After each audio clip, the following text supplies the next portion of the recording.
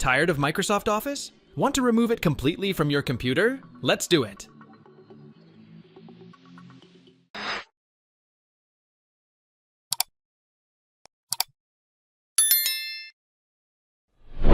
Open the search menu on your Windows 10 or Windows 11 computer. Type in Apps and Features and select the best result to open it.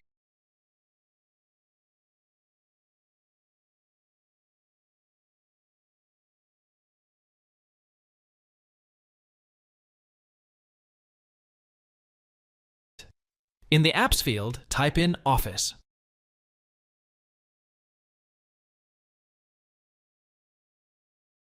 Click the three-dot icon next to the Office application you want to uninstall. Select Uninstall.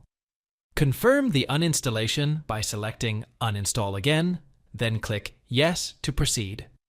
Wait for the uninstallation process to complete. You may receive a recommendation to restart your computer to tidy up remaining files. Select Close. If there's a default Office application installed, repeat the uninstallation process for that as well. Close the Apps and Features window. Restart your computer. Thanks for watching. If it helps, make sure to hit like and subscribe.